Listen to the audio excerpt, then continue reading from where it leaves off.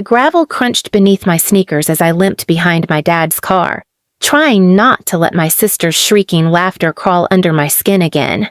We were leaving a family dinner, if you could call it that, more like a weekly humiliation ritual hosted in our backyard where I was the unpaid waitress, the servant, the invisible punching bag. My sister, Candace, had brought 3 of her sorority friends over for wine and gossip. She handed me her designer handbag as soon as she stepped out of the house. "Take this," she said without looking. "Don't get your peasant grease on it." I didn't move. I'd carried that same bag 5 times this week alone, and today I had a fresh blister bleeding through my sock from running errands in her heels. On a dare. When I didn't take the bag, she turned and gave a mock gasp. "Please subscribe to our channel and tell us in comments from where are you watching this video." "Oh my God, Dad!" she yelled with glee. "She's refusing again. We've got a rebel." My dad didn't even blink. He opened the car door, slid into the driver's seat and said, "You want to act like a stranger? You can walk like one." Candace tossed her bag onto the passenger seat and grinned as she climbed into the back. I stood frozen by the driveway, a plastic grocery bag in each hand, trying to decide if I should just leave. "Get in," he grunted. "I'm not carrying her bag," I said, voice tight. Wrong answer. He stared at me in the rearview mirror, then revved the engine slowly. "Get in the car or walk, but if you walk, you better not cross my driveway again. You either serve this family or you're out of it." I stood still. He reversed a few feet, then slammed into drive again, just as I started walking away. I didn't even hear the tire until it rolled onto my left foot. The pain exploded in white heat. I screamed. Dropped everything. I could barely process it. My dad just ran over my foot. Candace's laughter pierced the air, and my mom came out onto the porch with her hands on her hips like she was watching a soap opera. "Well, maybe next time you won't act above your station," she said. "He didn't break your mouth, so use it to apologize." I gasped through tears. "You ran over my foot." "You refused to carry your sister's bag," Dad said as if that justified it. "That's family disrespect. You're 25, not a baby. Stop whining." My vision went blurry, not from the pain in my foot, but from the growing burn in my chest. I wasn't shocked anymore. I wasn't even scared. I was done. I dragged myself inside, refusing help, and locked myself in the bathroom. My sock was soaked in blood and my big toe was turning black. I cleaned it in silence. No one knocked. No one asked if I was okay. The next day, my mom told the neighbors I'd tripped. My sister uploaded a TikTok where she mimicked a limping drama queen and pointed her designer boot at the camera with the caption, "Guess whose foot she tried to ruin? Not mine." I didn't respond. I watched. And I planned. For weeks I played silent daughter, dragging my foot around the house with a fake smile and obedient nods. But every moment I was left alone, I was building something they wouldn't see coming. They thought I couldn't walk away from family. They were right. I wouldn't walk away. I'd make sure there was nothing left to walk back to. 3 weeks passed. I said nothing. I played their game. I carried Candace's bags. I smiled when my mom mocked my limp. I handed my dad his coffee like a dutiful housemaid. But beneath the silence, I was planting explosives. Not literal ones, something colder, sharper. It started with the garage. That garage was my dad's kingdom, a dusty shrine of vintage tools, car trophies, and stacked folders of family investments. I knew he kept no digital records. "Paper's safer," he always said. He thought passwords were a scam. He used one key. I'd swiped it months ago when he accused me of stealing from his wallet and made me stand in the hallway for 3 hours. I waited until midnight one Tuesday, slipped into the garage, and photographed everything. Receipts, deeds, secret accounts under only his name. Loans my mother didn't know about. Candace's fake business being funded through what he told everyone was my tuition fund. The fund he claimed I blew on useless art school nonsense. There was no tuition fund. Only a slush pile for my sister's lip gloss line.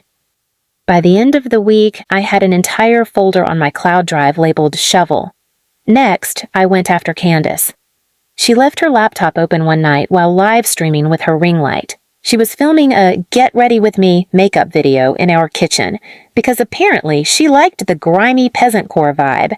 She walked away midstream, yelling at me to mop faster so her shoes don't stick. She forgot to close the banking tab. I took a photo of the screen. I already knew what I'd find. Payments from older men under vague labels. She wasn't just a TikTok girl with a makeup line. She was selling more than lip gloss. I didn't judge her for that. I judged her for what she did with it. Like paying people to bully girls from her college sorority. Like buying fake medical papers to skip exams. Like sending donations to professors through her dad's account. Now I had everything. By the time the 4th week hit, I walked with a cane. The doctor said the foot would heal, but the nerve damage might stay. My mom called it drama foot. My dad joked I should tape it to my back so I'd stop drawing attention. The day before their anniversary party, I offered to help. They were stunned. I smiled and said I wanted to be better. I said I'd finally realized I was the problem. "You see," Mom told our neighbor, "some girls just need tough love. We raised her right." The day of the party, I cleaned the house spotless, polished the wine glasses, laid out every photo from their wedding album across the dining table like a museum exhibit. At exactly 7 p.m., the guests arrived. Our house smelled like roses and slow-cooked brisket. My sister twirled down the stairs in a white satin dress meant to outshine any bride. My dad wore his old Marine Corps pin. My mom greeted each guest with false modesty and sharp eyes. And me? I wore all black. No one noticed. Not until I stepped onto the table barefoot, pulled the mic out of Candace's grip mid-toast and cleared my throat. "To love, to family," I said softly, tapping the mic once. Everyone turned.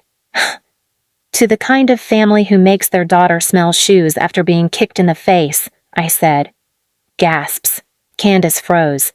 My mother dropped her wine glass. "Because that's what filth is good at, right?" I said. "Isn't that what you told me, Mom?" Dead silence. "Or when Dad drove over my foot and told me I was lucky I still had a mouth to say thank you with?"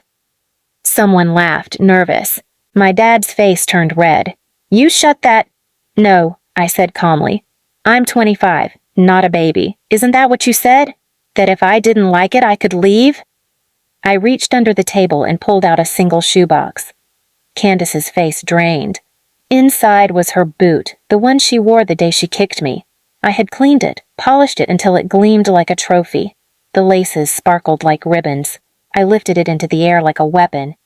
"I'm not walking away," I said. "I'm walking over everything you think you own." And I dropped the boot onto the wedding album in the center of the table. The heel crushed the smiling photo of my parents in their tux and dress. My mom screamed. My dad lunged forward. But before they could touch me, someone else stepped forward. And everything changed. It was Uncle Mason. Of all people.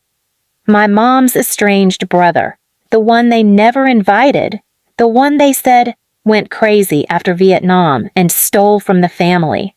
The one they told everyone I shouldn't talk to because he lives in a trailer and has nothing but war medals and bad opinions. Except Mason was standing there in a black suit, hands in his pockets, watching calmly as my father shouted and Candace screamed about humiliation and defamation. "You two done?" Mason said dryly. My mom blinked. "Why are you even here?" He smiled. "Got an invite from your daughter." "You're not family," Dad snapped. "Neither are you," Mason replied, nodding toward me. The room went silent again. Mason stepped closer. "You want to talk about family? Let's talk. You tortured your kid until she limped and smiled through it.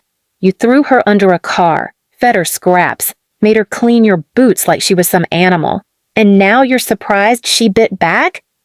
Get out of my house, my dad shouted. Sure, Mason said. But first, I think your guests might want to hear why your house's equity line is suddenly frozen.